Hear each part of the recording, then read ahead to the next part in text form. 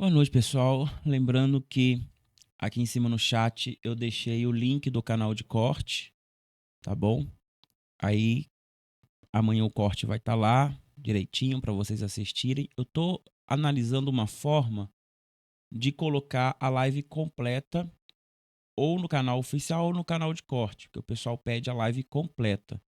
Mas é muito complicado postar um vídeo tão longo nesses canais, porque o YouTube nos pune quando fazemos vídeos longos. Não entendo a plataforma. Então, toda vez que a gente posta um vídeo muito longo, ele nos pune cortando as visualizações. Não entendo. Ele quer que a gente faça vídeos constantes com o mesmo tamanho. Então, passou de 15 minutos, se os outros vídeos forem de 15 minutos, por exemplo, e você posta um vídeo de 1 hora, aquele vídeo é punido porque você postou um vídeo muito maior do que o normal. Então é muito complicado trabalhar assim com o YouTube. Então eu crio um terceiro canal só de live que eu não acho viável, ou não sei. Tô analisando direitinho, mas os cortes eu tô tentando fazer de acordo com cada tema pra gente poder analisar direitinho. Eu trouxe hoje aqui para vocês o canal Companhia das Letras, né? Eu já nem sei se eu vou tomar strike, porque é um canal de um órgão oficial. Mas, de qualquer forma, nós vamos analisar essa palestra que é muito importante, que é do Dr. Alberto da Costa e Silva. E o currículo do homem é gigantesco, é gigantesco. Ele foi diplomata em África, em vários países da África, durante muito tempo. E ele traz muitas informações sobre África, coisa que ele viveu no meio dos africanos. Então, é muito importante a gente conseguir analisar, porque essa palestra, deixa eu ver se eu tenho o tempo dessa palestra. Essa palestra foi realizada em 2011. Em 2011. Então é muita coisa. Mas vamos juntos. Qualquer problema no áudio aí vocês me avisam aqui no chat, tá bom? Vamos juntos.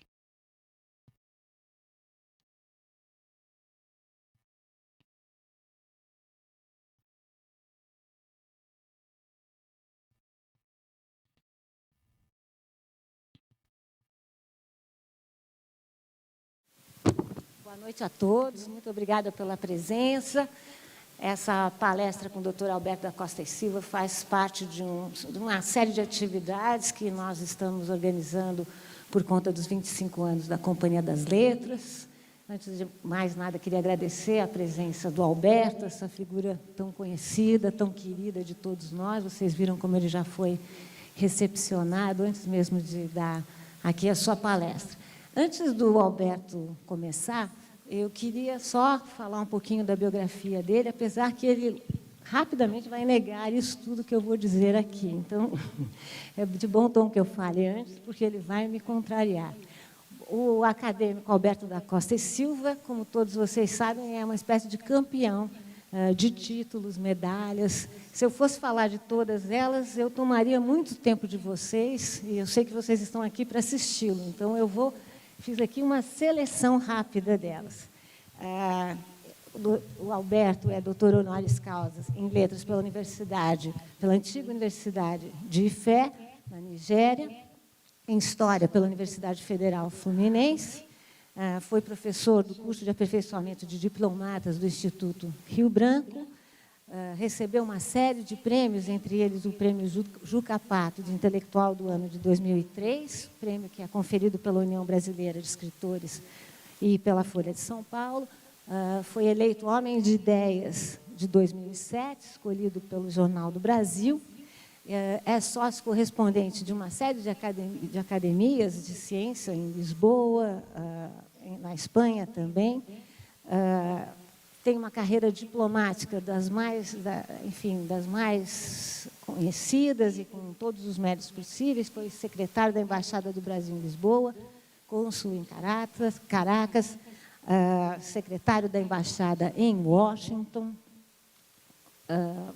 foi ministro conselheiro na Embaixada de Madrid, ministro conselheiro na Embaixada em Roma, embaixador em Lagos, na Nigéria, também no Benin, chefe do Departamento de Cultura do Ministério das Relações do Exterior, embaixador em Lisboa, embaixador em Bogotá, embaixador em Assunção, recebeu uma série de condecorações no Brasil e fora do Brasil. Fora do Brasil, só como...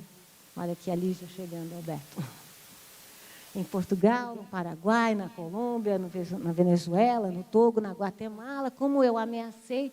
Enfim, ele tem um currículo que é, de fato, é impossível tentar aqui resumi-lo. Mas se for parar para resumir, dá 3 folhas, né? Cara, o cara é incrível. O cara tem uma jornada incrível na diplomacia e eu já assisti essa palestra, por isso que eu estou animado em acompanhar com vocês, mas é realmente incrível. O Alberto também foi presidente da Comissão Dom João, uma comissão que, no ano de 2008, literalmente chacoalhou o Rio de Janeiro. O que ele não conta é que ele era presidente e quase que o único integrante dessa comissão. Então, ele fazia de tudo um pouco. Alberto é poeta, escritor, cronista, historiador, o nosso maior africanista, grande humanista, está organizando para a Penguin, para a nossa coleção Penguin, uma coletânea sobre documentos africanos. Além do mais, além de todos esses encargos, ele tem tempo de se dedicar profissionalmente à atividade do afeto.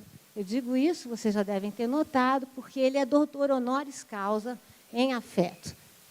O Alberto é pai e tio, por eleição e afeto, de uma geração de afilhados, apadrinhados, admiradores, dentre os quais eu me insiro com muito orgulho. Ele é também dos grandes conselheiros que qualquer um pode querer ter. É um conselheiro do tipo do Machado de Assis, do conselheiro Aires. O último conselho que eu recebi e que eu sigo à risca foi uma vez que nós estávamos almoçando num restaurante no Rio de Janeiro e que o Alberto, um habitué, disse para mim que eu deveria comer o frango. Ele me disse, coma logo o frango, que é o melhor. Qual não foi minha surpresa quando eu pedi o frango, obedecendo às ordens, e ele pediu carne. E eu falei, Alberto, que isso? Você me manda comer frango e você come carne? E ele falou, eu não como nada que voe ou que ameace voar.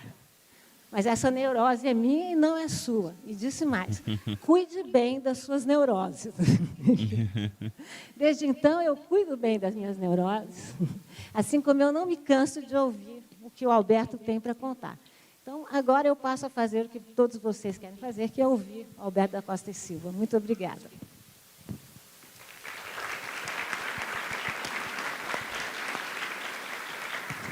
Como vocês já notaram, eu não sou campeão de afetos, eu sou campeão de receber afetos, o que é diferente, como Lília acaba de mostrar.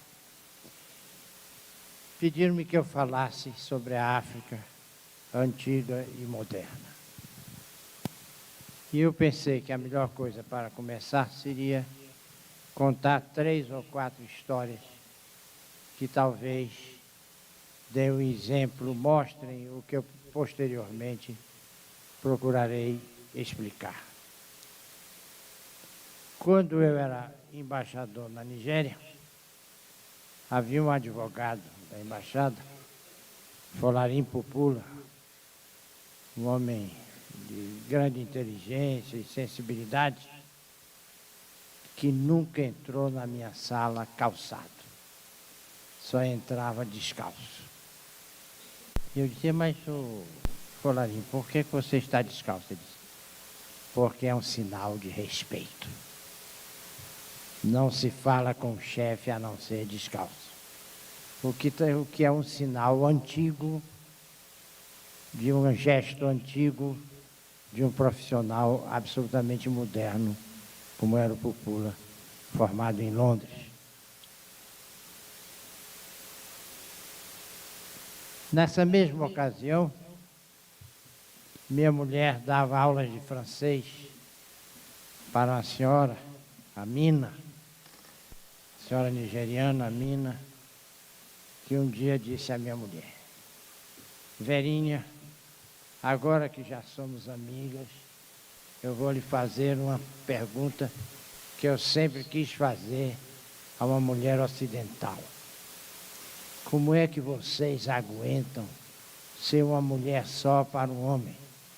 Os homens são muito chatos. Os homens dão muito trabalho.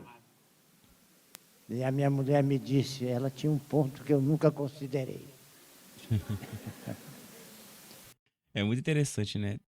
Quando a gente tem contato com outras culturas, a gente acaba quebrando a nossa visão de mundo.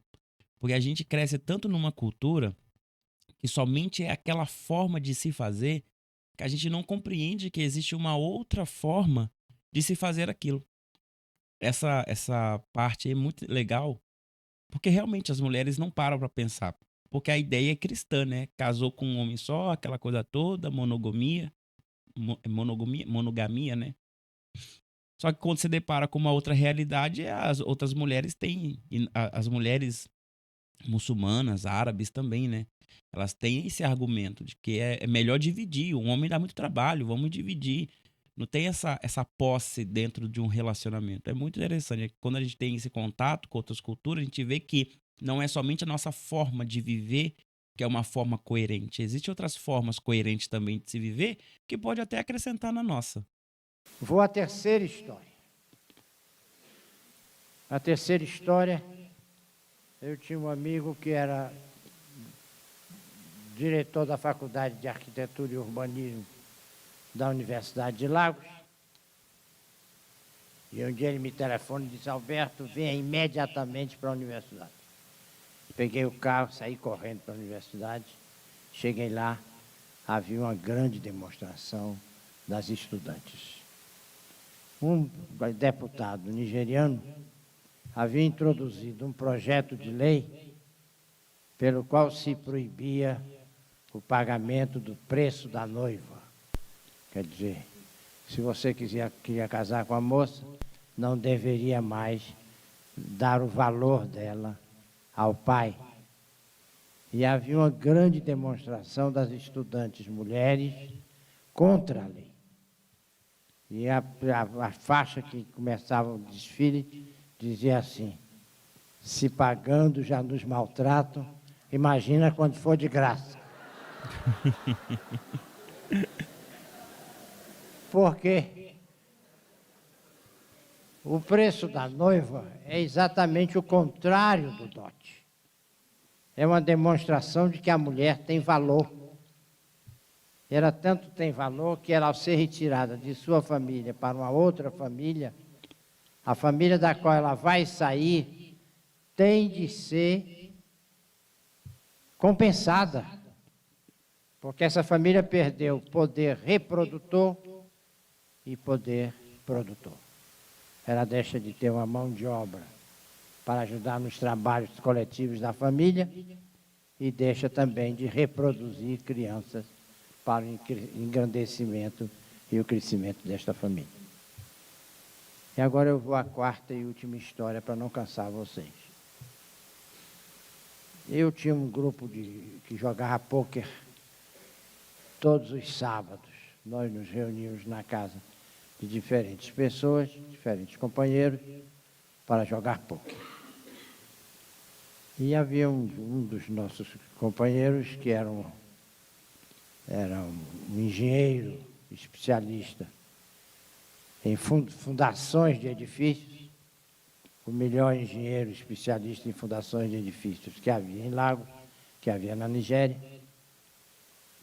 e que era o Robo, que é um grupo étnico do delta do Níger.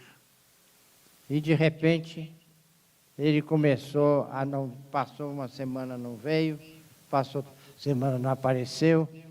Eu perguntei para o outro companheiro, o doutor Banjuma, que era Yorubá, ô Banjuma, o que é que houve com o John, que há 2 semanas não vem? Ele disse, você não sabe? Eu digo, não, ele vai virar Deus. Essa história é incrível. Mas vai virar Deus como? Imagine você que o pai dele fez 3 anos da morte do pai dele, e ele foi à aldeia dele fazer um ofício religioso, ele era metodista, em relação ao pai, em honra do pai. e não apareceu ninguém da família dele. E aí o templo, a igreja estava inteiramente vazia. Ele foi perguntar a um tio o que é que acontecia, e o tio disse, muito engraçado, você virou inglês, seu pai morreu, você tinha que assumir a chefia do clã, a chefia da aldeia, você não veio nunca, estamos sem chefe e sem rei há 3 anos, isso não é possível e tal, e ele então resolveu ser chefe. Essa questão dos clãs em Nigéria ainda é muito forte. Ainda é muito forte. Então, a liderança é passada por geração em geração, segundo o sangue, né? Segundo o DNA, a ancestralidade. Então, mesmo não tem como fugir. Tem um filme, né, que fala um pouco disso, é um filme de comédia do Ed Murphy, né? Acho que é Um Príncipe em Nova York. É uma comédia e tal, mas mostra um pouco disso ali também. Não importa para onde você vai, o que você vai, a sua cultura, a sua obrigação com a sua comunidade vai atrás de você. E quando chegar o momento, você vai ter que voltar para assumir o seu papel, porque você tem esse contrato e as pessoas estão esperando que você assuma esse papel. Assim como o ferreiro, assim como o oleiro, assim como a parteira, todos recebem profissões como herança. Você pode ser outra coisa, você pode sair, você pode estudar, você pode fazer o que você quiser. Mas o seu compromisso com a comunidade, com a tribo, com o clã, ele vai ser eterno. Acontece que o chefe dos roubos é uma encarnação de Deus. Então ele vai passar vários, possivelmente 1 mês, 2 meses, encerrado numa cabana, vai ser inteiramente depilado, vou arrancar todos os pelos dele, ele vai aprender a comer a comida dos deuses e a beber a bebida dos deuses. Eu disse, está tudo ótimo, só espero que ele não volte a jogar pôquer conosco, porque eu não estou disposto a jogar pôquer com Deus. Ele é muito engraçado. Mas, nitidamente, né, as iniciações, o que o rapaz vai passar é uma iniciação. E a iniciação ainda é muito, muito familiar, é muito da comunidade familiar iorubá. Às vezes as pessoas falam, eu vou para a Nigéria me iniciar. Pode ir. Mas saiba que a iniciação que você vai passar não é a iniciação original. Só entenda isso. Não vai ser. Porque a iniciação original só é passada para africanos e dependendo também do seu grau de importância dentro da comunidade. Então, quando existe essa iniciação, cada iniciação vai depender do seu contexto na sociedade. E depois nós vamos falar mais sobre isso, porque ele vai trazer um novo contexto que é muito importante a gente analisar. Mas a iniciação, tudo que a gente vai fazer, gente, a gente que é do Ocidente, a gente é muito mal visto. Não importa, você pode ser branco, preto, não importa. Você chegar lá, eles vão te ver como um ocidental. E eles não querem mais transferir o seu conhecimento, o seu poder para o ocidental. Então, se você não é africano, se você não é nigeriano, se você não é iorubá, se você não é da família, se você não é da comunidade, se você não é do clã, você vai receber um produto. É isso que você vai receber, um produto. Mas a essência, ele só transmite para quem é do clã. Eu contei essas histórias para vocês verem o seguinte, que na África, como de resto em todos os continentes, o antigo persiste no presente. O velho continua no novo. De maneira que se pode dizer que tudo que foi continua a ser, mas nem tudo que é já foi. Então o que ocorre é que a África está impregnada de suas tradições. E tanto é assim que se você estiver na Nigéria, você tem um poder da federal, você tem os governadores dos estados e você tem os emires e os reis. Quer dizer, paralelamente ao governo civil e ao governo militar, você tem um governo étnico, um governo que é praticamente desenhado pela religião, pelas crenças próprias e, sobretudo, pela tradição. Então, o Obá do Benim, que é um reino que tem mais de 1000 anos, continua a existir no estado do Benim. E o seu o Obá do Benim, tem um poder, provavelmente, muito maior do que o governador do estado. Porque é ele que lida com as coisas mais imediatas da vida do homem comum. É ele quem resolve os litígios conjugais, as lutas familiares, as questões de terra. É ele que, em última análise, que toma conta de tudo que diz respeito ao dia a dia das pessoas. E o mesmo ocorre nas áreas islamizadas. Quer dizer, o emir, o sultão, eles realmente têm um poder extraordinário sobre as populações. Inclusive porque eles têm os eleitores. É engraçado ele falando isso porque a gente pensa, e a mídia, né, e a academia brasileira, principalmente, tenta colocar que não, o colonialismo acabou com os reinados, acabou com os impérios africanos. Não, isso ainda existe em África, no Benin, com o povo Yorubá, com os povos bantos. Pode não ter a figura do totalitarismo ali, do monarca que tem total poder, como era no passado, no sistema monárquico. Mas ainda existe o respeito e o poder. Se um emir, se um obá decidir ir contra o governo está lascado, porque quem está com os obás, os emires, são o povo. O povo está ali com eles. Então eles precisam, os políticos precisam dos obás para serem eleitos. Então, se tem dois tipos de poderes, então com certeza existe uma diplomacia acontecendo ali e uma troca de favores também. Então acaba sendo bom para ambos, mas os reinados, os impérios não acabaram como o Ocidente conta que acabou com o colonialismo. Quer dizer, o governador do estado ou o presidente da república não pode esquecer que em quem o emir mandava votar, ou em quem o obá mandava votar, ou em quem o chefe ou o rei mandava votar, será votado.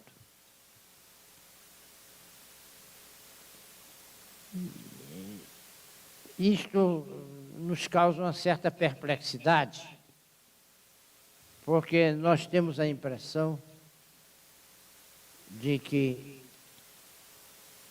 modernidade significa ocidentalização. Nós devíamos saber que não é bem assim a partir da experiência do Japão, que todos nós conhecemos muito bem. E a experiência africana é muito clara nesse sentido. Você pode se modernizar sem necessariamente se ocidentalizar. Mas isso aí é uma coisa que muito brasileiro não entende. A gente vê isso com os povos originários. Quando tem um indígena no TikTok fazendo vídeo, mostrando a sua vida, você pode ir lá nos comentários e ver. Sempre tem uns imbecis lá falando, mas você é índio, como você tá com celular? Você é isso, você é índio, como é que você tá nas redes sociais? Como se uma coisa não pudesse estar ligada à outra, como se a existência daquela pessoa tivesse parado em 1500. E a mesma coisa acontece em África. Se modernizar a África, as culturas vão acabar. Não vão acabar porque foi modernizado desde 1500. Até então, foi colonizado, ocidentado, mas as tradições continuam lá e continuam vivas e poderosas. E aí a igreja, o ocidente, tenta acabar com elas, mas não consegue, porque é popular. Para nós é religião, para eles é tradição. Tradição tem um poder muito maior do que religião. Religião você se converte. Tradição não. Por isso que o povo judaico é muito poderoso em questão de suas tradições. Porque eles não vivem uma religião. Eles vivem uma tradição. É familiar, é consanguínea. Ninguém apaga, você não se desliga. Você pode até se afastar, você pode não fazer as práticas, mas você nunca vai deixar de ser da comunidade. Então isso, para a visão do Ocidente, principalmente católico, nossa, isso é terrível. Porque é sinal que não haverá conversão. Isso é tão poderoso que quando há conversão para o catolicismo, eles pegam a trouxinha da tradição e levam para dentro da igreja. E a igreja passa a se transformar. E isso aconteceu aqui no Brasil. Os macumbeiros do passado, a macumba carioca, o calundum, a cabula, eles reproduziam a igreja dentro de seus cultos, com as imagens católicas, com os altares, com as sinetas, com a defumação, tudo, o rito católico estava lá dentro. Mas não é porque eles eram católicos, é porque eles estavam dentro de suas tradições se reinventando. E hoje, depois de 5 séculos, nós reproduzimos a mesma coisa, porque eles souberam guardar a tradição. Eles não guardaram a religião, eles guardaram a tradição. Mesmo porque a presença europeia na África foi restrita e curta. Durante muitos séculos, desde as primeiras vezes que os navegadores portugueses e italianos começaram a percorrer a costa da África, e os chineses e árabes e indianos a costa da África do Índico,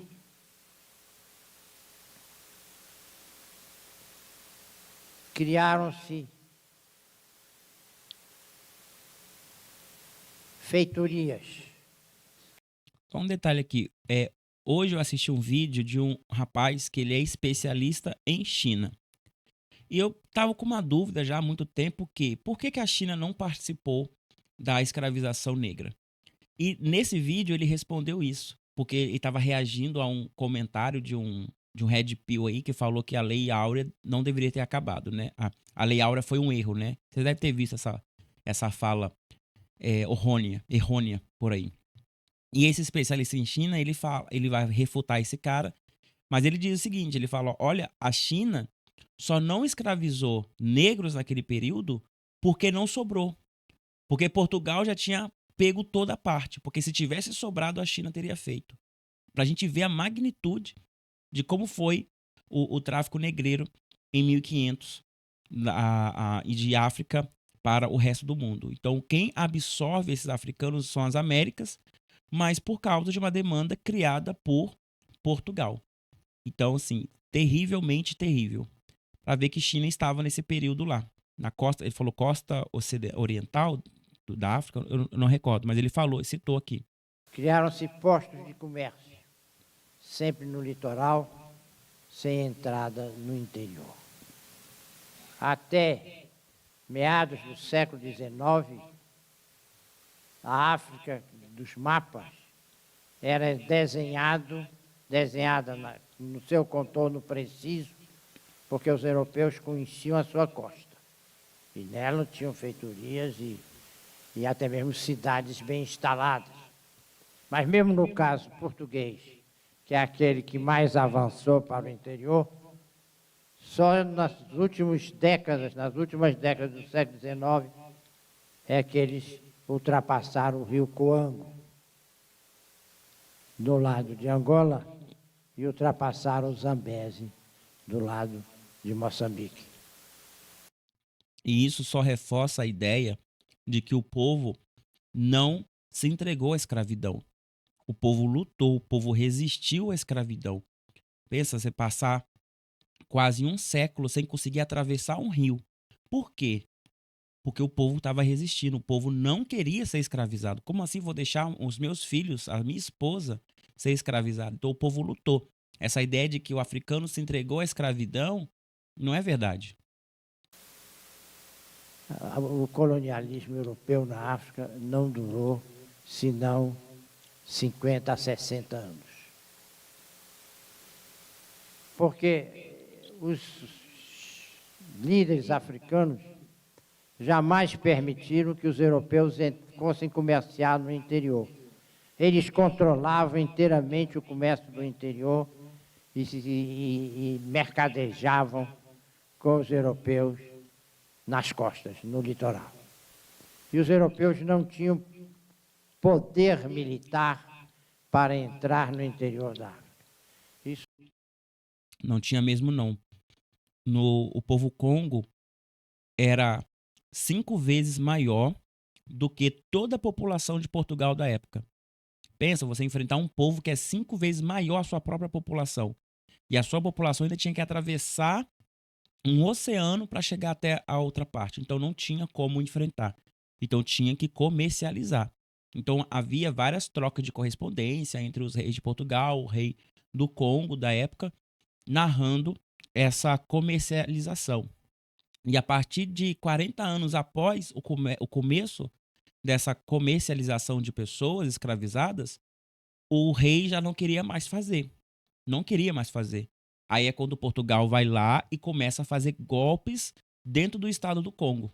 Porque Portugal, quer ou não, tinha dinheiro, tinha armas e ele já estava tendo influência política no Congo. E aí começa um processo terrível de colonização para poder dar um golpe de estado no Congo.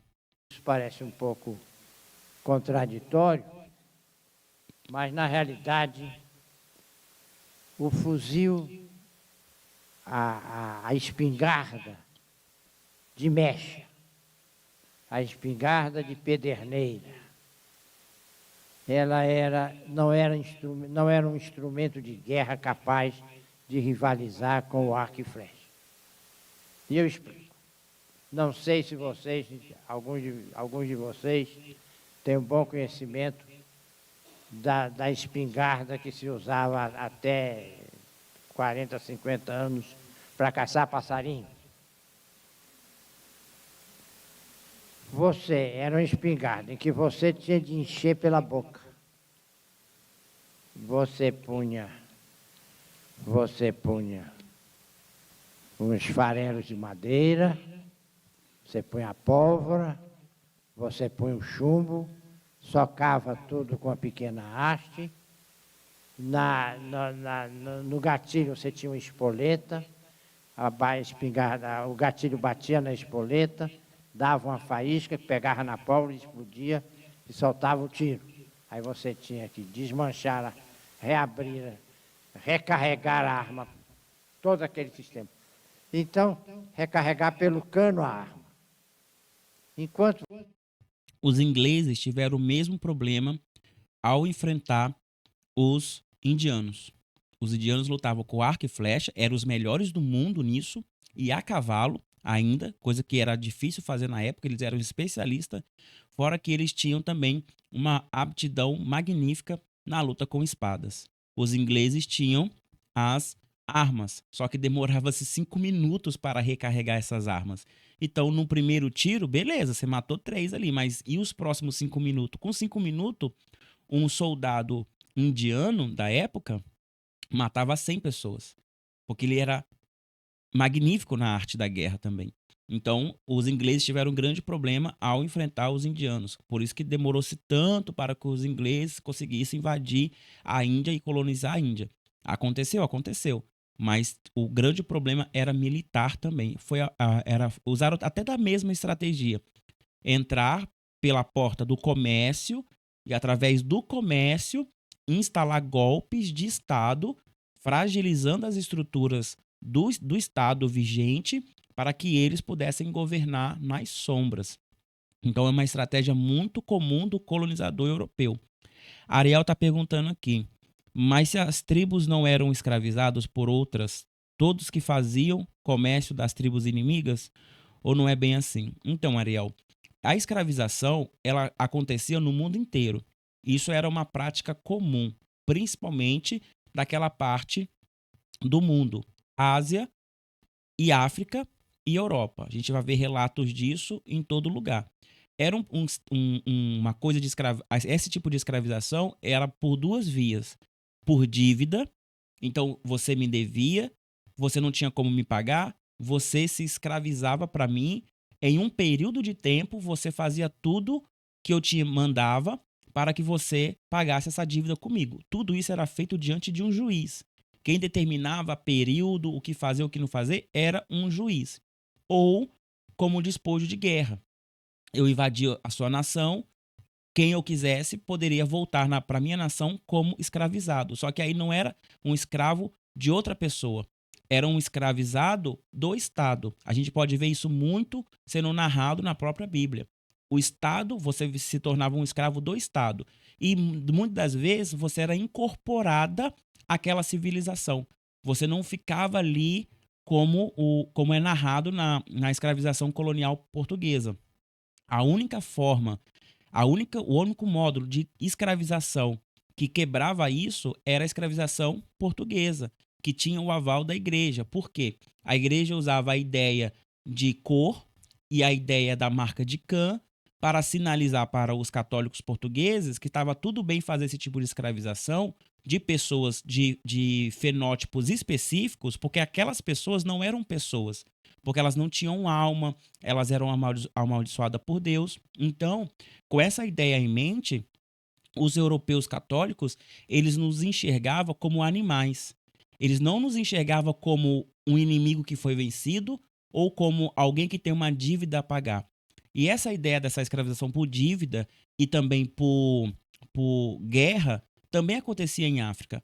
Tanto que passou-se 40 anos e o estado do Congo havia tanto poucos escravizados como estado, como território de guerra, como despojo de guerra, que ele já mandou, se não me engano, foi pro rei João III.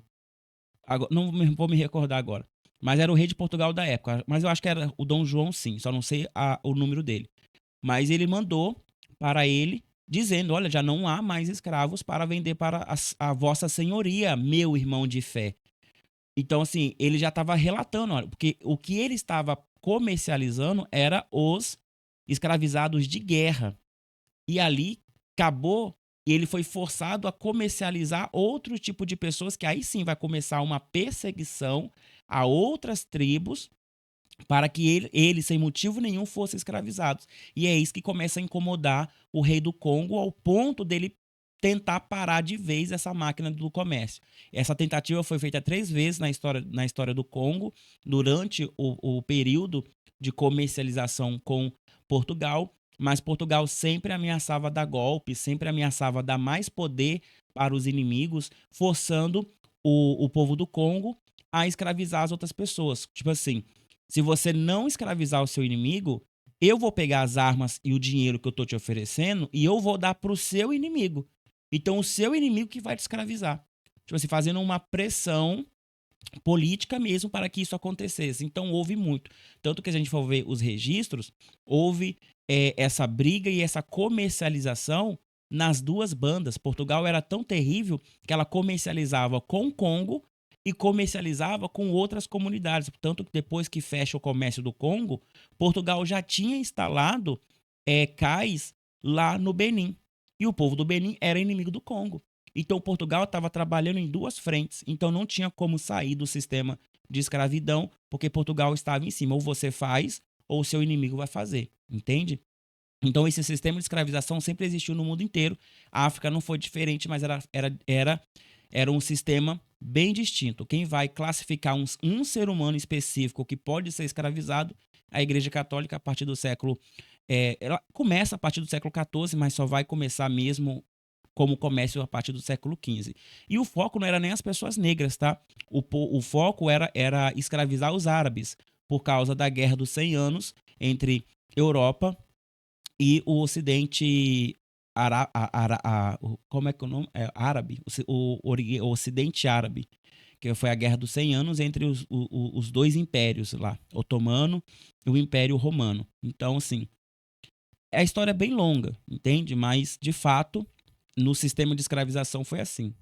Consegui te explicar? Você estava recarregando a arma, já tinha levado umas 20 flechas envenenadas. Então nós ficamos com esta ilusão de que o europeu chegou com a espingarda e dominou tudo. Não, ele só vai dominar com a chamada fuzil de repetição. O chamado, ele começa a ter uma superioridade com o fuzil de ferrolho. O fuzil de ferrolho é aquele que você põe a bala e faz assim, praca. Não sei se já viram. Tem o quê? Você tem uma alavanca que você puxa no fuzil e baixa, faz um barulhinho e a bala fica ali no lugar e você atira. como é a tecnologia, né? Isso foi a partir, acho que do século XVIII, XIX, mais ou menos assim. E só vai ter uma mudança de armas a partir da Primeira Guerra Mundial.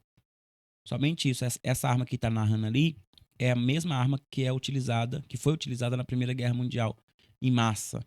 Então, foi por uma necessidade de adaptar uma arma. Caso contrário, não teria esse investimento em tecnologia bélica ali. Então, eles saíram de um fuzil simples para um fuzil de repetição por causa de uma necessidade de invadir outros povos. Depois só vai ter tecnologia bélica sendo alterada a partir da Primeira Guerra Mundial. Terrível isso, né? E hoje a gente sabe que só existem armas novas por causa das guerras que os Estados Unidos promove no mundo inteiro, né? Se não tivesse guerra, não teria investimento em tecnologia bélica dessa forma. A partir daí eles começaram a ter uma certa vantagem, mas começam a ter vantagem realmente com fuzil de repetição e depois com Maxim Gun, com as primeiras metralhadoras. Aí o poderio europeu fica irresistível, que vai permitir que a Europa conquiste praticamente toda a África. Conquiste toda a África em termos. E em termos porque houve muitas regiões onde eles não chegaram, porque o mosquito era um inimigo implacável. De maneira que os europeus morriam como moscas. Sempre foi. E muitas vezes uma expedição dessas, militar dessas, falhava, não por causa da inferioridade dos armamentos ou superioridade dos armamentos, mas pelas doenças que realmente dizimavam as tropas. Isso é tão verdade que no Brasil não foi diferente. Houveram lugares que não foram distribuídos terras gigantescas para latifundiários porque não conseguiam se chegar. Por exemplo, a Amazônia. A Amazônia, se pudesse, se os portugueses conseguissem desbravar a Amazônia na época, já tinha virado fazenda de soja há muito tempo. Mas eles não conseguem, graças à febre amarela. A gente pode ver nos relatos dos bandeirantes, por exemplo, que eles evitavam certas regiões, porque somente os indígenas conseguiam habitar aquelas regiões, porque quando eles iam, eles ficavam gravemente doentes. Aí diziam que era a praga de Anhangá, era o deus da floresta que estava amaldiçoando aquele povo. Talvez fosse, talvez seja, porque a Amazônia está em pé até hoje, mas se não fosse pelas barreiras naturais, principalmente dos mosquitos, eles teriam invadido a Amazônia há muito tempo e transformado tudo aquilo ali em soja.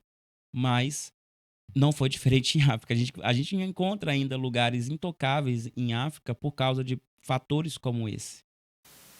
Então a Europa consegue dominar a África praticamente no fim do século XIX, a partir de 1880, mais ou menos 1890.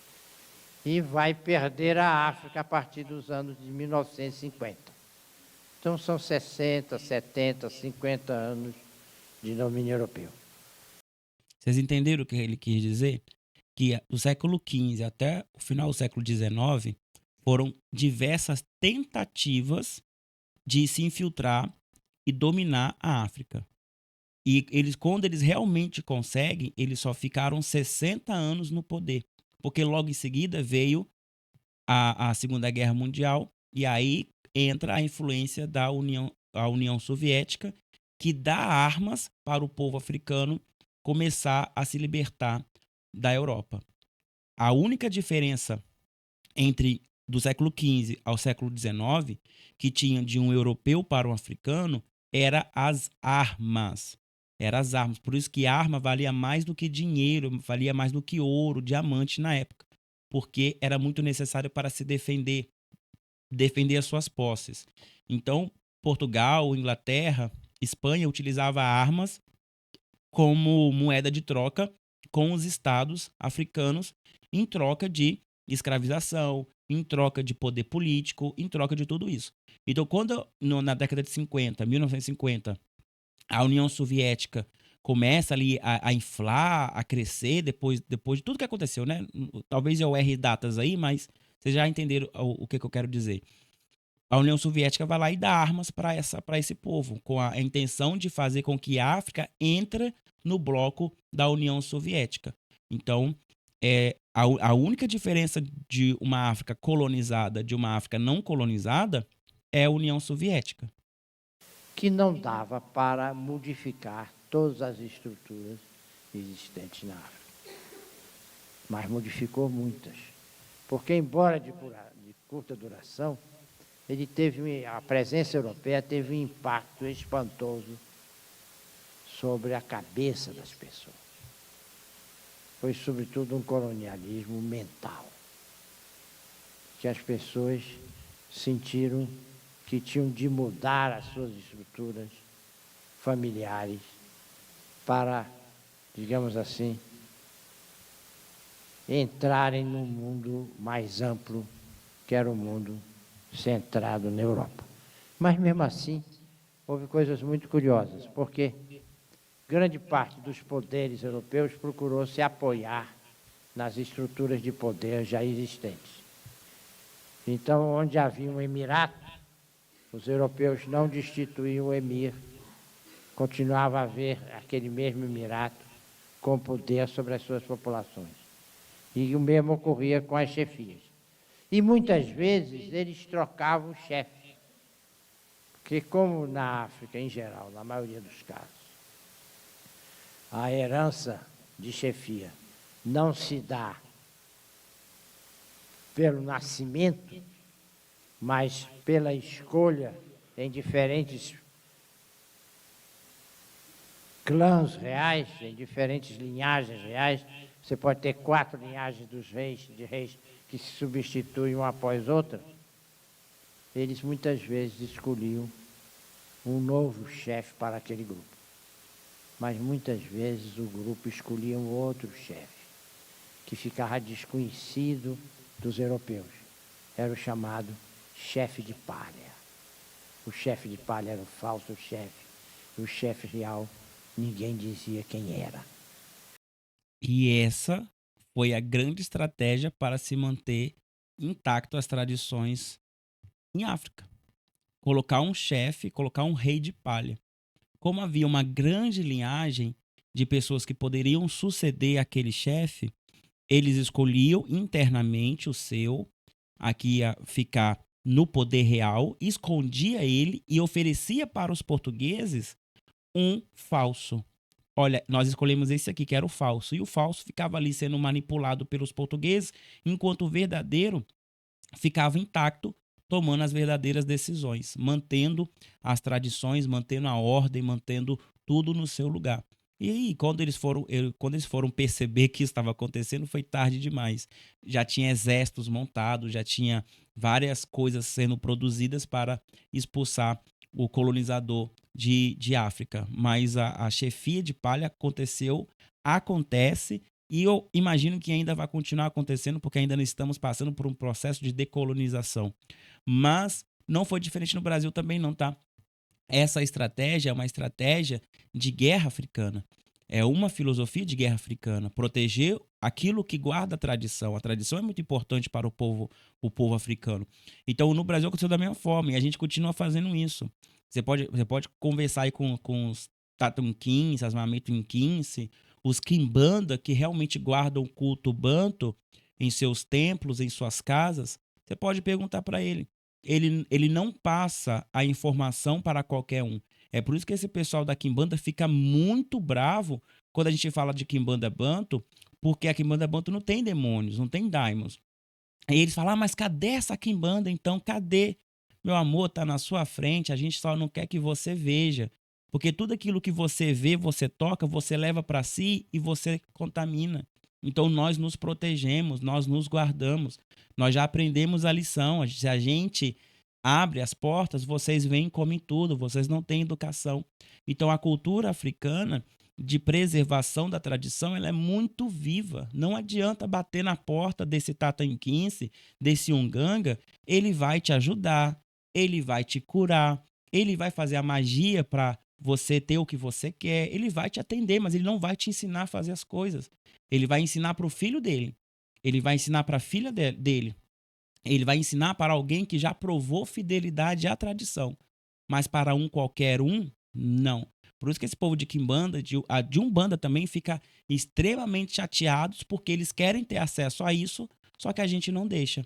Não deixa, porque a gente já conhece a história. A gente abre as portas, e o sem educação vem, toma tudo para si e pronto, acabou. Por isso que ontem eu falei que eu tenho muito medo do Alexandre Comino começar esse discurso, porque ele vai se apropriar do discurso e não vai deixar mais ninguém que realmente sabe falar. Porque ele já tem uma voz potente, ele tá tomando um novo discurso para ele. Então é muito difícil isso, porque tem a síndrome do protagonismo. O homem branco, ele tem essa síndrome que ele que tem que ser o porta-voz. Olha, eu concordo que tem que ter uma luta negra, mas eu que vou levar a luta negra. Eu que vou levar o antirracismo. É sempre eu, tem que partir de uma pessoa branca. Isso está incrustado neles, porque lá no passado, desde o do passado de Europa, já foi ensinado que o superior, o intelecto superior, ele vem do grego, ele vem do romano, ele vem do homem europeu branco. Então é uma coisa que está na nossa mente. Tá na nossa mente a pensar dessa forma. Por isso que a gente tem que aprender a dar espaço para quem sabe. Por isso que eu amo uma das filosofias africanas, que é aprender com quem sabe mais e ensinar quem sabe menos. Você tem que dar voz. Poxa, se é você que sabe mais sobre história, eu vou parar para te ouvir. Você que tem que falar. Eu não tenho que pegar o seu trabalho e eu divulgar o seu trabalho. Não, o protagonismo é seu. É você que vai, é você que mostra. Eu posso até te levar lá, eu posso abrir o caminho para você, mas é você quem fala. O homem branco não. Ele identifica uma nova cultura, ele corre para escrever um livro genérico para lançar. Não é assim que funciona? Vamos lá. Allan Kardec fez isso. Quando começou os interesses em Europa pela cultura ocidental de reencarnação, de karma, de dharma, de espiritualidade, Allan Kardec foi lá e lançou os seus livros genéricos sobre o assunto. No Brasil, Mata e Silva, a mesma coisa, tendo contato com a cultura indígena. Muito do que Mata e Silva conta são pequenos fragmentos de uma cultura indígena que hoje a gente faz isso aqui para desmistificar, porque a gente não pode falar nada que seja parecido, que já fala, olha, isso aqui é banda esotérica, não é? Rubens Saraceni, da mesma forma, não preciso nem falar muito, já tem várias pessoas que já provam que o Rubens Saraceni plagiou muitos livros indianos, rituais indianos, trazendo para a sua Umbanda, formando a sua Umbanda lá das 7 chamas sagradas douradas, do sei lá do que. Já é a síndrome do protagonismo. Então agora que estão vendo que a informação banto está começando a voltar e pessoas estão tendo interesse, eles estão correndo para ele ser o protagonista. Para eles ir lá e começar a escrever os seus livros, lançar seus podcasts, seus cursos, seus tudo, para que eles tenham essa coisa. A gente pode até citar também a iniciativa do Umbundum, né? Do Umbanda EAD.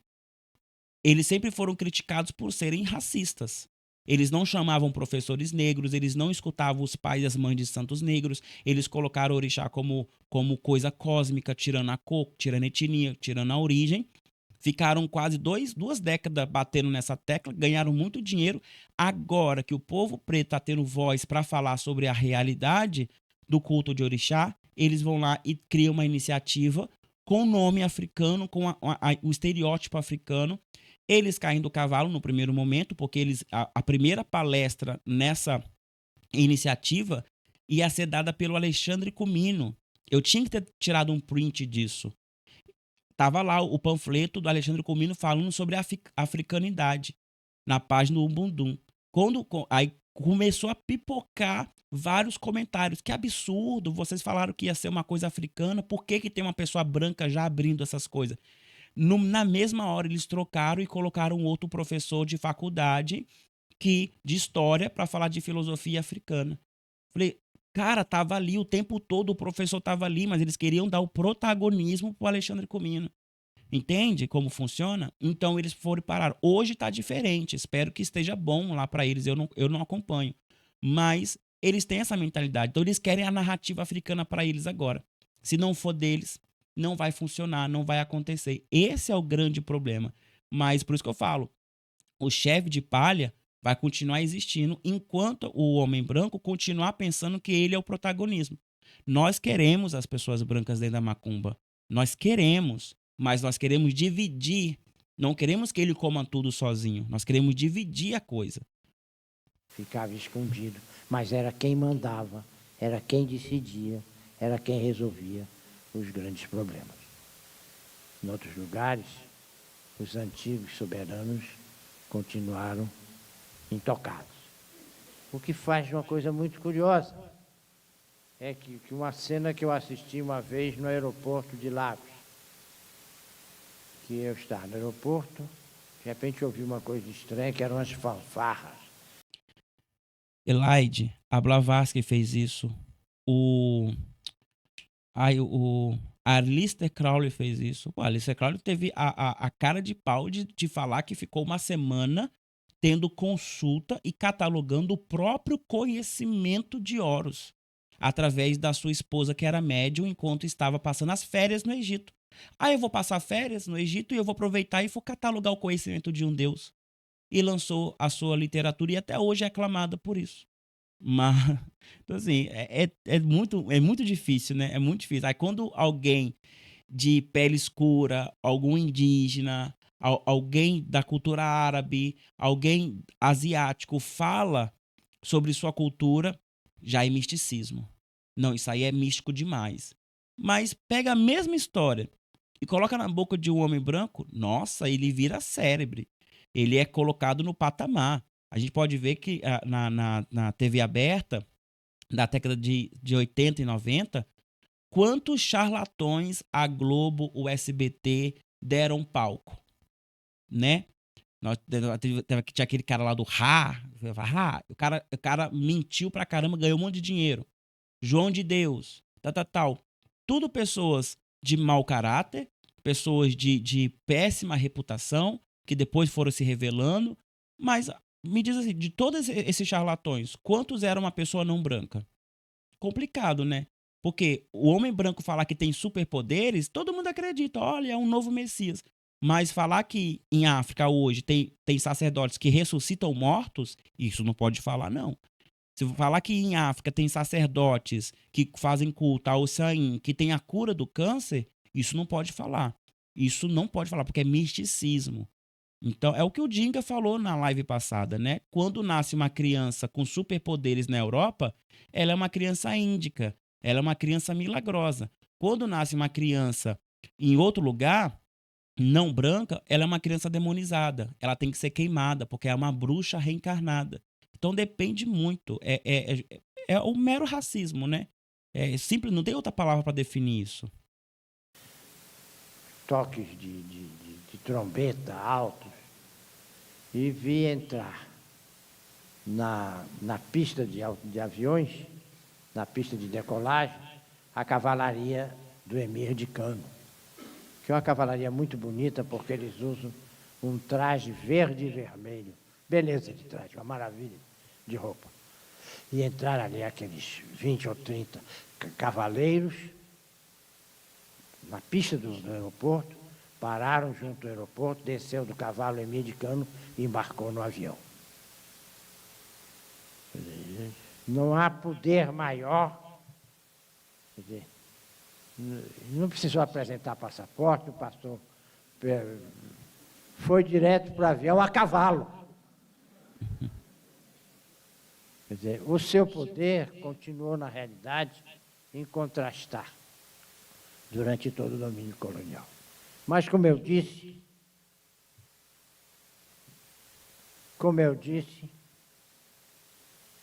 o impacto europeu foi espantoso, sobretudo no plano da educação, no plano da mudança das cabeças.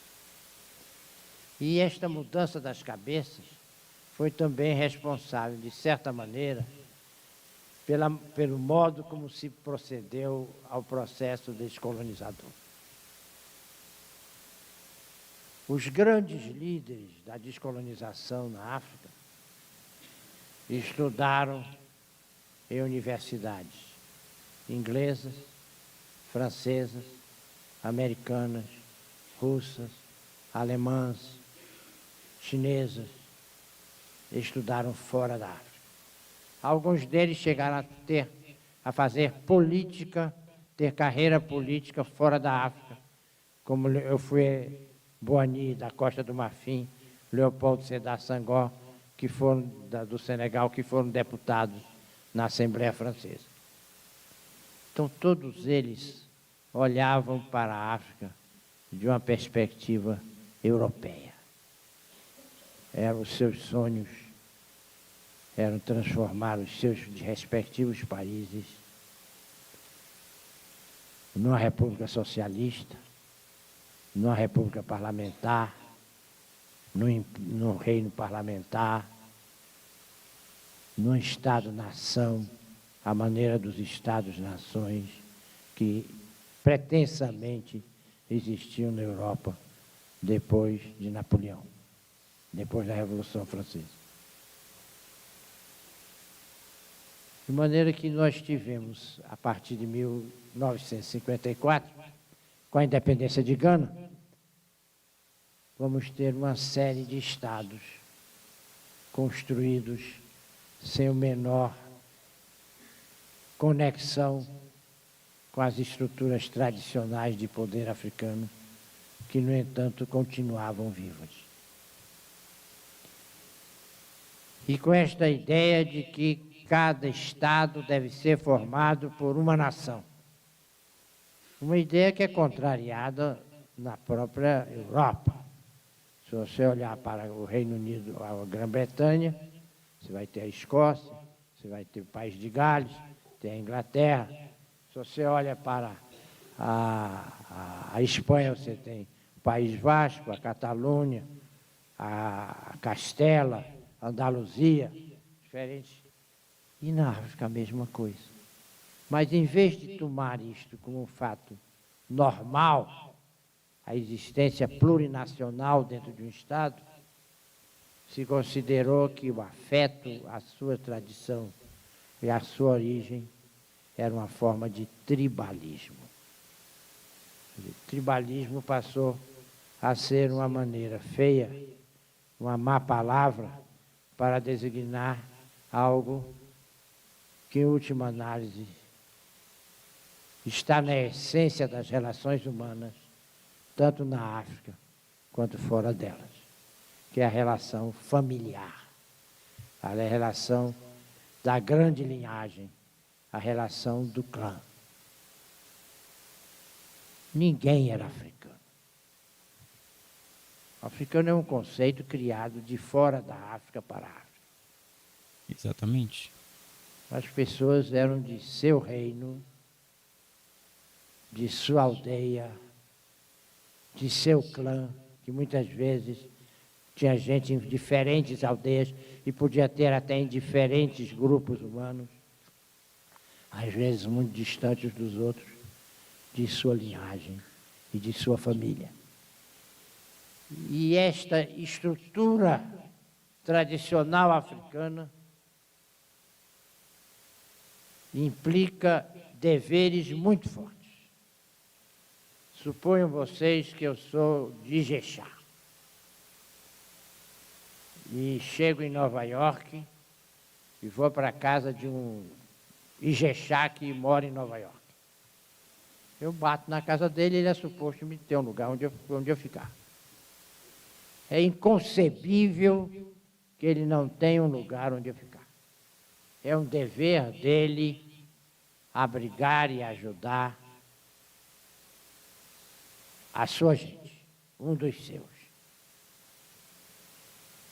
Isso que, para mim, é uma virtude, passou a ser um defeito. E realmente tem uma espécie, como tudo que acontece na vida, tem uma espécie de lado negativo.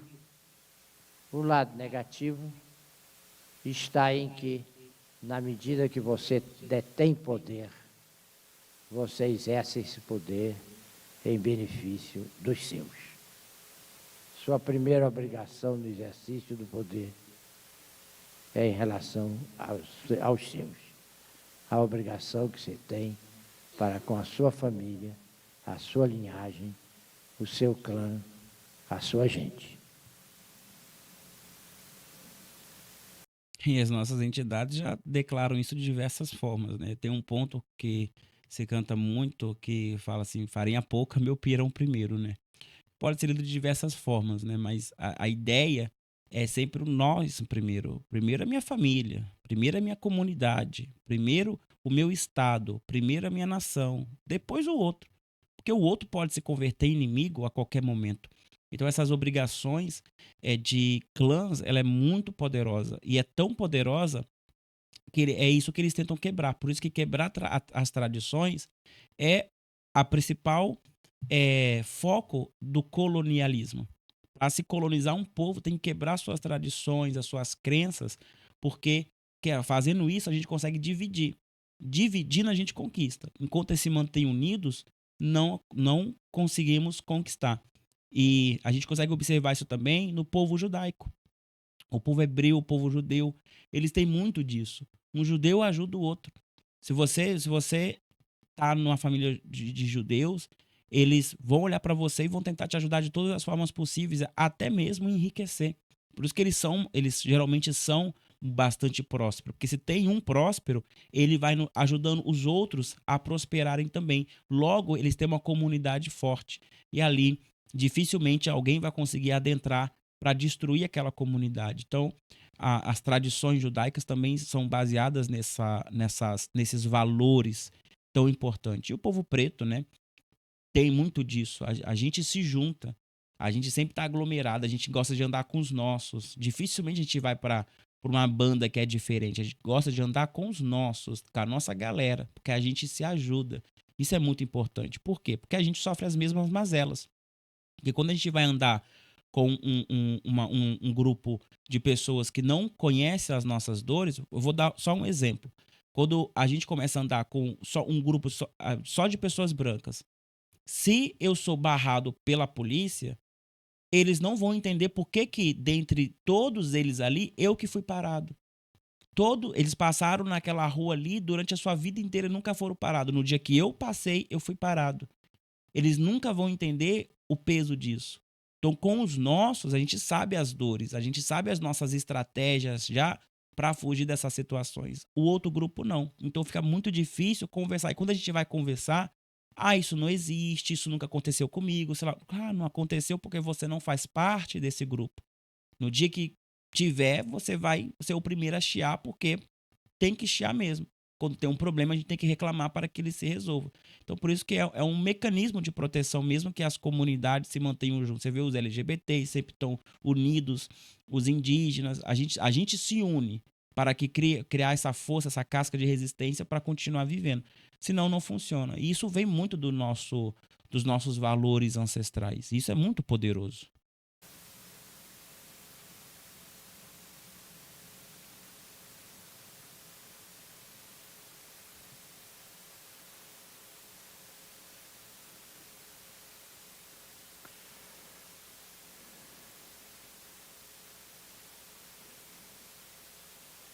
O que ocorreu na África foi muito curioso.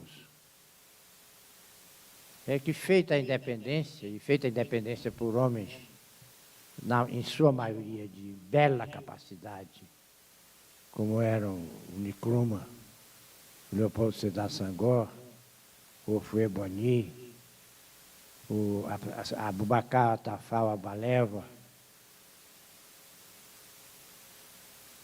o Jomo Kenyatta.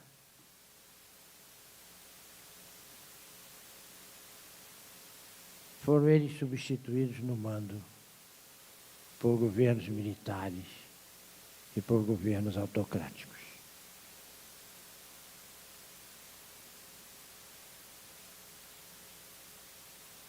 Por que isso ocorreu? Em grande parte pela interpretação equivocada dos deveres para com a sua gente, a sua linhagem, o seu clã. E em grande parte também por uma teoria europeia, por uma teoria imigrada, de que você tinha de industrializar os países que até então tinham a vida principalmente agrícola.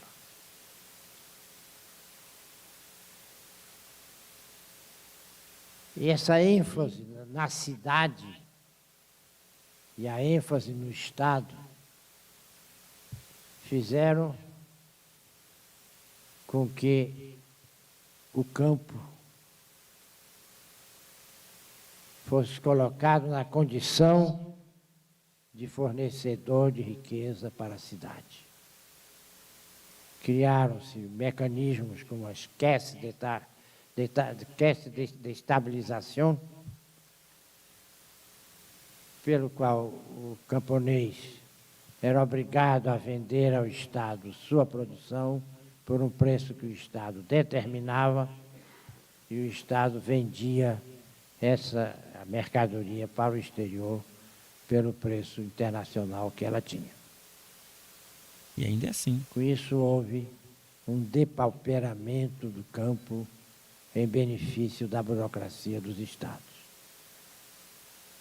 E aquela convicção de que você tinha de criar Estados-nações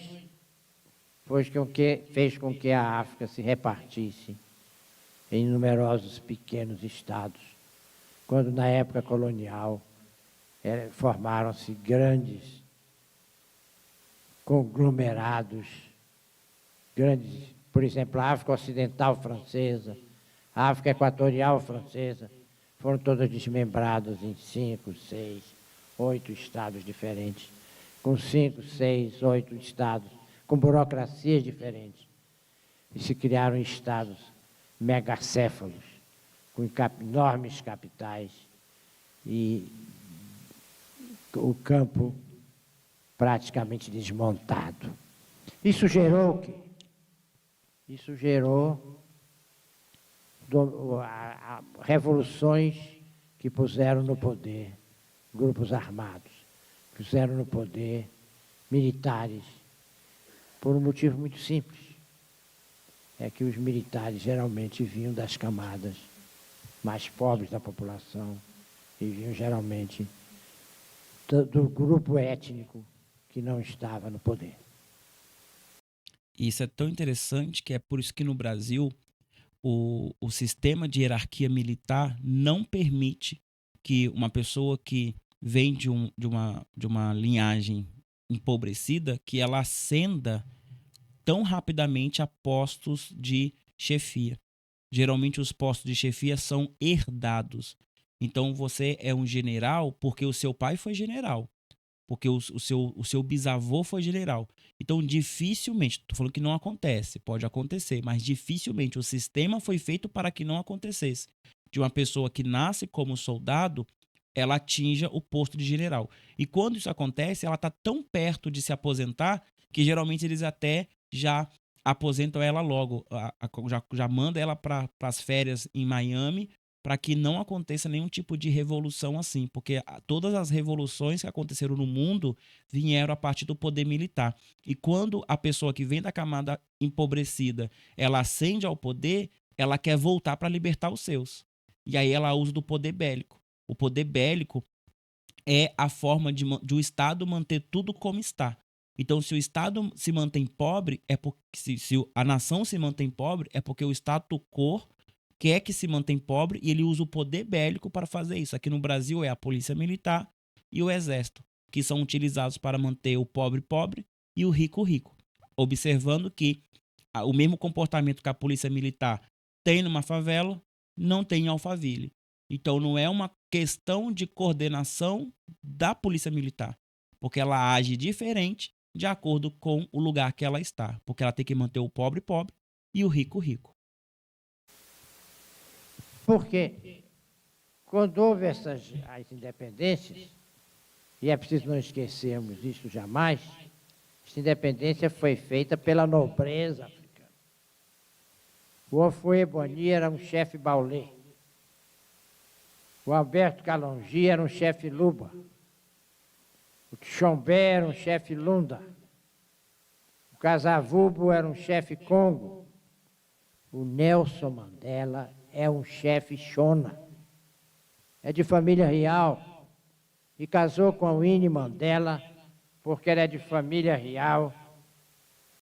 Toma essa. Toma essa. Nelson Mandela da família real.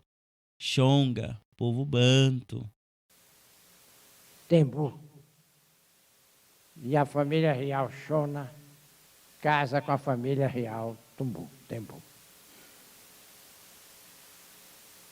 Basicamente, se Europa quisesse mesmo tirar a África da pobreza que ela está, que só está por causa de Europa, era só sair de cima.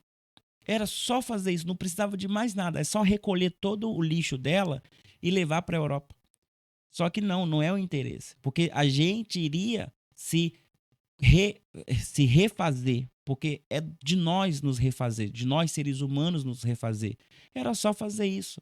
Mas não, eles insistem, eles querem ficar, eles vão colocar todo empecilho, porque enquanto tiver um Estado africano escravizado e colonizado, vai ter um país europeu rico. Porque esse país só consegue se manter rico porque ele escraviza o outro. Seja num sistema de escravização, seja ele num sistema de colonialismo, seja ele num sistema político de influência, que é o que nós temos hoje, um sistema político de influência. Se o Níger quebrar as relações políticas que ele tem com a França, o Níger é punido. Mas todas as relações que tem, quem dita as regras é a França.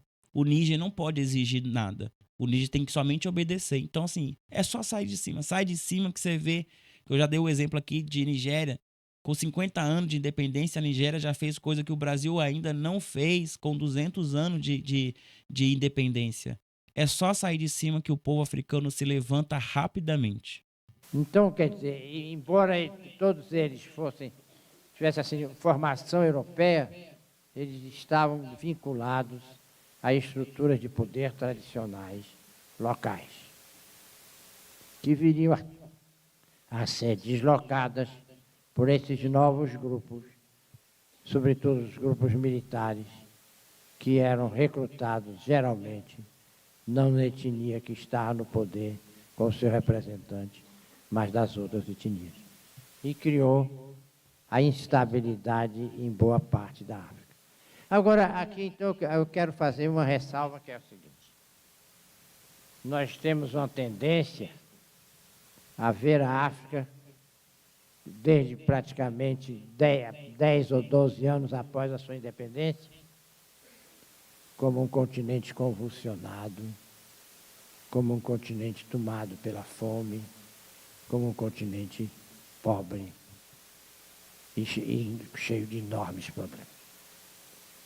Isso é verdade para determinadas áreas, mas não é verdade para outras. É verdade para determinadas circunstâncias e não é verdade para outras. Aquela mesma região que saiu de uma guerra civil ou está ameaçada de uma guerra civil, pode ver as crianças irem para a escola normalmente, tranquilamente, com seu sapatinho de verniz e sua meia soquete branca, como se nada estivesse ocorrendo. As universidades africanas funcionam normalmente. Há países que estão extremamente prósperos. Botsuana é um exemplo de extraordinária prosperidade. Eu vi um vídeo recentemente de um casal que faz viagens pelo mundo, né? E eles tinham ido para um safari em África. E aí eles estavam andando lá no meio, com seus carros bem protegidos, e eles estavam vendo as crianças passando para ir para a escola. Aí ele, meu Deus, essas crianças não têm medo dos leões, não têm medo dessas coisas.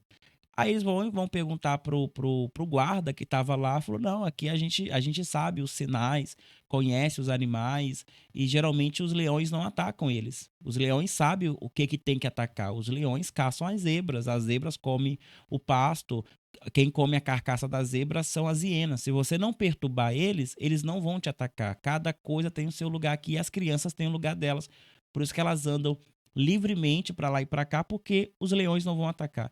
Então, assim, achei incrível o choque cultural disso, né? Eles lá dentro do carro todo protegido e as crianças passando tranquilamente com o material de escolar, toda arrumadinha, bonitinho, para a escola, sem nada, entendeu? Como a ligação, a cultura e a forma de você viver num lugar pode determinar a sua forma de comportamento. É muito interessante. De repente, essa criança em Nova York, ela vai se assustar com os carros, o metrô, aquilo tudo é muito novo para ela, é muito grande, é muito brilhoso. Mas um leão para ela, normal. Vejo todo dia. O leão até me conhece já. Então assim, é muito, muito legal isso.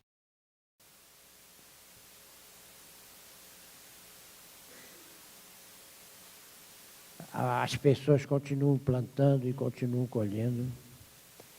E a fome só ocorre na África quando há as grandes catástrofes, as grandes secas, as grandes nuvens de gafanhotos, as grandes tragédias coletivas.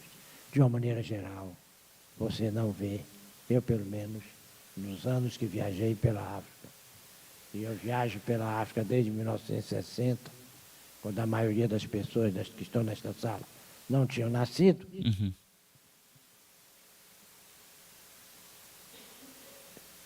Vi pobreza, mas não vi miséria. Cara, isso é fantástico. Vi pobreza, mas não vi miséria. E a pobreza, ela é muito relativa também, né? Ela é muito relativa. Você ir hoje para Minas Gerais e você entrar no campo da roça ali, você vai ver pobreza. Se você sair de um lugar que mato é pobreza, terra de chão é pobreza, fogão de lenha é pobreza, paredes sem reboco é pobreza.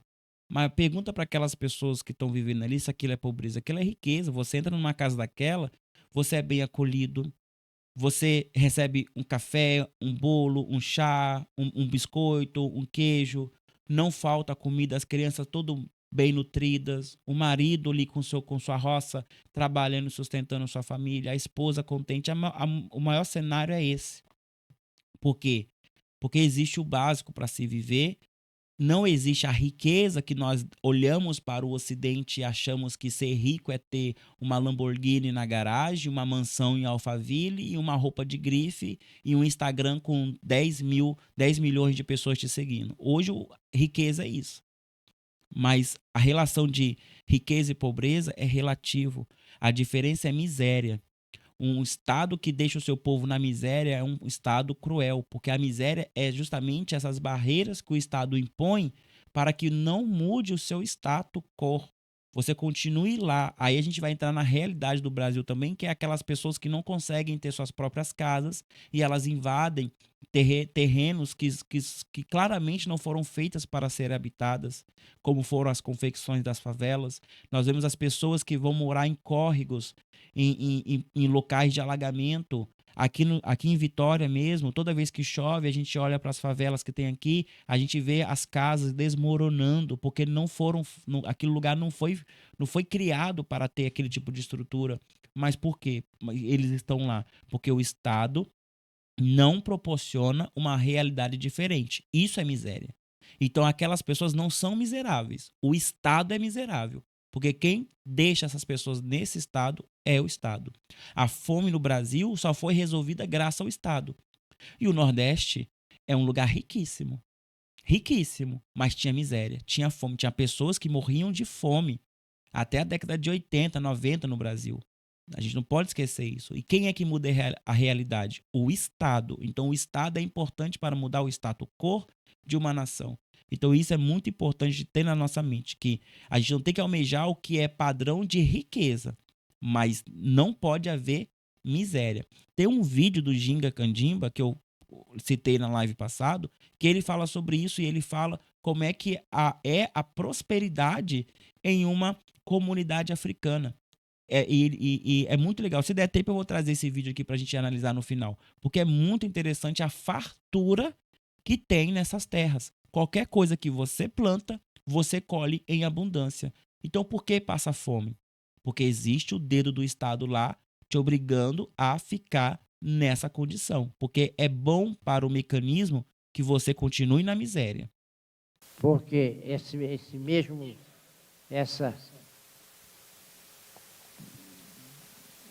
essa prevalência, esse predomínio dos valores familiares faz com que você só seja pobre quando você perder sua família. No momento em que você perde sua família, que você se desliga dela, você passa a ser pobre. Enquanto você tem a vinculação com a sua família, você não experimenta a pobreza. Vi mendigos, mas uns mendigos muito curiosos.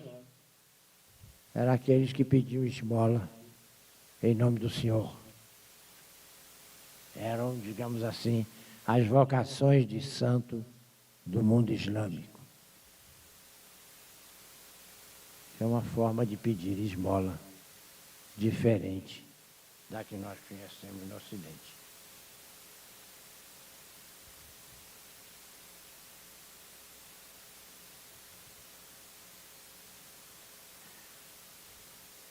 Na África, o antigo e o moderno estão em permanente contato. Mas isso não devia estranhar, porque entre nós também, o antigo e o moderno estão em permanente diálogo.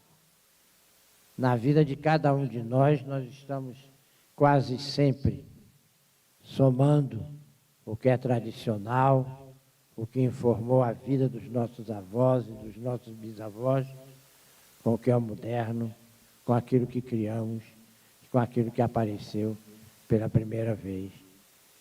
Hoje todos nós manejamos computador, mas continuamos a escrever a caneta e a lápis, não é verdade? E se pensarmos bem, nós escrevemos mais a caneta e a lápis do que no computador.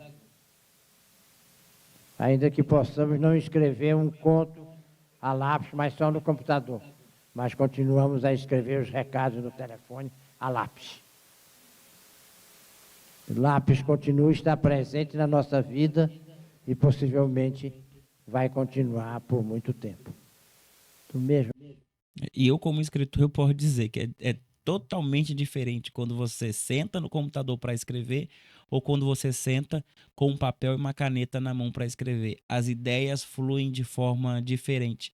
É como se a caneta já tivesse uma carga ancestral tão grande que ela desperta memórias e saberes ocultos, enquanto o computador ainda está encaminhando para isso. Talvez um dia a gente vai substituir sim, mas talvez não, porque, por exemplo, na último lançamento da Samsung, né, o Galaxy, o Ultra 24, ele foi um grande sucesso de venda porque ele traz uma caneta. E você pode escrever na tela com uma caneta digital. Então, assim, isso é memória ancestral. Isso está no nosso DNA e é muito interessante. Se você nunca fez isso, faça. Na própria parte da educação, é ensinado que para a gente aprender alguma coisa, a gente tem que escrever aquilo. Então, fazer anotações é uma forma de você avisar para o seu cérebro que aquilo é importante. Então, tudo que a gente escreve, a gente consegue absorver melhor. E isso não acontece quando nós escrevemos no computador. Já foi feito teste sobre isso. Pessoas que anotavam à mão e pessoas que anotavam no computador. As pessoas que anotavam à mão aprendiam mais do que quem anotava no computador. Então, eu acho que isso é muito de uma questão ancestral que nós temos com esse instrumento, que é tão poderoso para todos nós. De uma maneira, os grandes costumes africanos vão continuar a prevalecer na África. O passado vai continuar lá, como continua no Brasil. Que assim seja, meu velho, que assim seja. Isso cala a boca de muita gente que acha que as coisas que estão em África estão sendo modernizadas ou as coisas que ainda estão resistindo no Brasil são coisas ultrapassadas. Infelizmente não. Infelizmente o que acontece é que o africano não teve voz, o brasileiro, o afro-brasileiro não teve voz. E agora que está tendo, as coisas são reveladas e estão sendo questionadas. Aí o pessoal fica alarmado. Por quê? Porque está sendo revelado. Nós estamos em 2025. Agora que nós estamos vendo alguns canais no YouTube e no TikTok surgir de pessoas africanas, principalmente os falantes banto, as pessoas do grupo étnico-linguístico banto.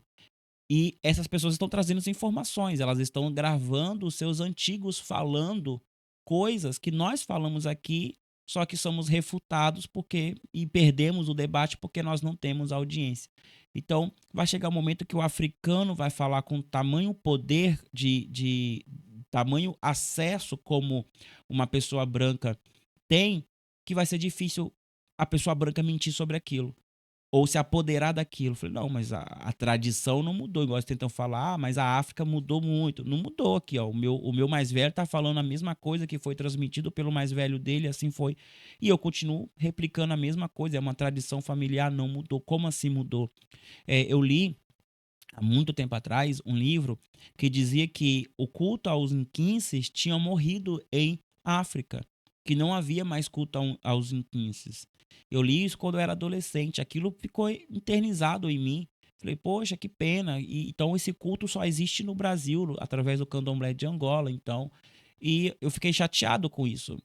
Quando eu me deparei com a verdade, falei, como assim morreu? O povo tá lá fazendo as suas macumbas até hoje, não morreu nada. Mas por que que esse autor escreveu isso? Ele escreveu porque ele tinha poder para isso, porque lançar um livro é caro. Ele tanto faz, tanto fez, porque só se exige fonte quando o autor não é branco. Se o autor é branco, não se exige fonte. Eu sei porque eu passo por isso todo dia aqui na internet. Cadê a fonte? Cadê a fonte? Cadê a fonte? Quer fonte? Corre atrás, meu amigo. Vou te dar fonte nenhuma, não. Ninguém dá. Por que eu vou dar minhas fontes? Não sou jornalista. E aí, ele lançou isso. Esse livro é um livro antigo. Falei, quantas pessoas que tiveram interesse de ir em Angola para ver o culto aos inquinces ou tentar estudar mais, esse homem não podou. Por que que eu, sendo uma pessoa pobre, vou perder o meu tempo indo lá procurando uma coisa que já não existe mais? Entende? Então, hoje a internet está democratizando essa fala. Então, facilmente esse homem seria refutado com um vídeo no TikTok de culto ao inquince. E isso iria me encorajar. O Gesley, de 16 anos que leu esse livro, ia ser encorajado a ir lá. E a ir lá para ver aquilo que ele tanto ama que ele via aqui. Mas aquele livro desencorajou, matou um sonho, matou uma conquista. Hoje eu volto a sonhar em ir para lá e fazer as ritualísticas, tudo que me for pertinente fazer, faria e farei em Angola. Mas olha a importância dessa informação. Como a informação estando na mão certa faz total diferença. Então, assim, as tradições africanas não morreram. Não morreram. E quem pensa assim só pensa por dois motivos. Ou ele foi enganado pelo próprio africano, que não queria passar informação nenhuma para ele, porque também não tem obrigação nenhuma de passar. Ou ele está supondo assim, porque ele está com alguma narrativa ali ao redor. Ele está tentando vender alguma coisa, ele está tentando te dar alguma informação falsa para que você se entregue ao produto final dele. Então, ou é uma coisa ou é outra. Eu penso mais na primeira, que ele procurou, talvez até procurou com o coração aberto mesmo para receber, mas devido toda a história que nós temos de relação interracial e cultura, os africanos vão lá e se fecham. Não vou falar que estou fazendo. Se eu falar que estou fazendo, você me mata, você me rouba, você me escraviza, então por que eu vou falar? Então não fala, entendeu? Essa confiança do povo africano com o povo não africano vai demorar a ser estabelecida novamente no mundo. Vai demorar, porque isso começa muito antes do século XV. Muito antes do século XV. A gente pode voltar, agora não sei se acho que foi no século 6 ou 5 ou 6, dos mouros. Os mouros com o povo europeu. Os mouros ajudaram a Europa a crescer, a Europa a ser quem é, esse continente sofisticado que é. Quando a Europa se levantou, o que, que eles fizeram com os mouros? Sumiu, mataram, sumiu, tirou da história, cobriu quadros. Tudo que os mouros fizeram por eles, eles foram lá e apagaram. Porque não queriam uma relação de ajuda mútua que viesse de um africano. Então, assim, a gente conhece a história.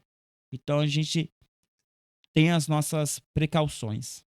Eu comecei esta conversa já ficando longa, contando a história do meu advogado, Dr. Folarin Popula, que o escravo brasileiro andava descalço. E se distinguia o escravo do homem livre quando ele era negro, por estar ou não calçado. E na África se distinguiam, os europeus distinguiam entre os africanos, o preto comum e o preto calçado. O preto calçado, por exemplo, era o ambaquista de Angola. Ambaca é uma cidade muito curiosa porque ela criou um grupo de pessoas que escreviam português. E os ambaquistas, os naturais de Angola, andavam por Angola com um tinteiro, uma caneta e uma resma de papel a oferecer os seus serviços aos sobas de secretário para escrever cartas para o governo.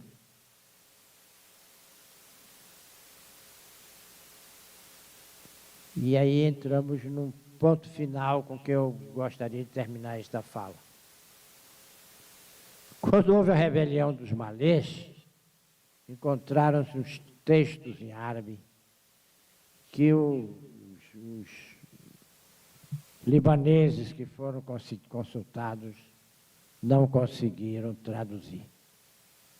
Não conseguiram traduzir porque, embora a escrita fosse árabe, o que ali estava escrito não estava escrito em árabe, mas em Fulfulde, que é a língua dos fulas, ou em Alçá, que é outra língua estava escrito naquilo que a gente chama de aljamia.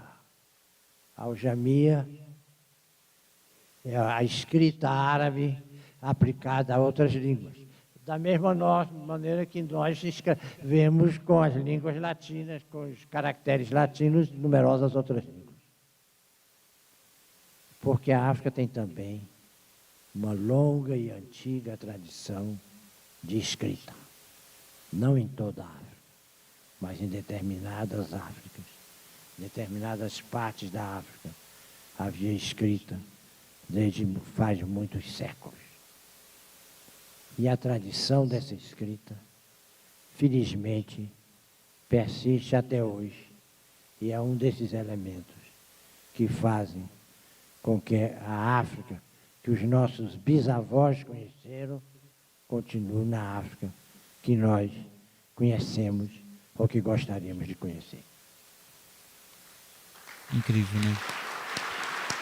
Incrível. Nossa, é tão diferente, né, quando a pessoa ela tem tempo para falar e ela fala com clareza, não tem pressa para falar, mas é diferente.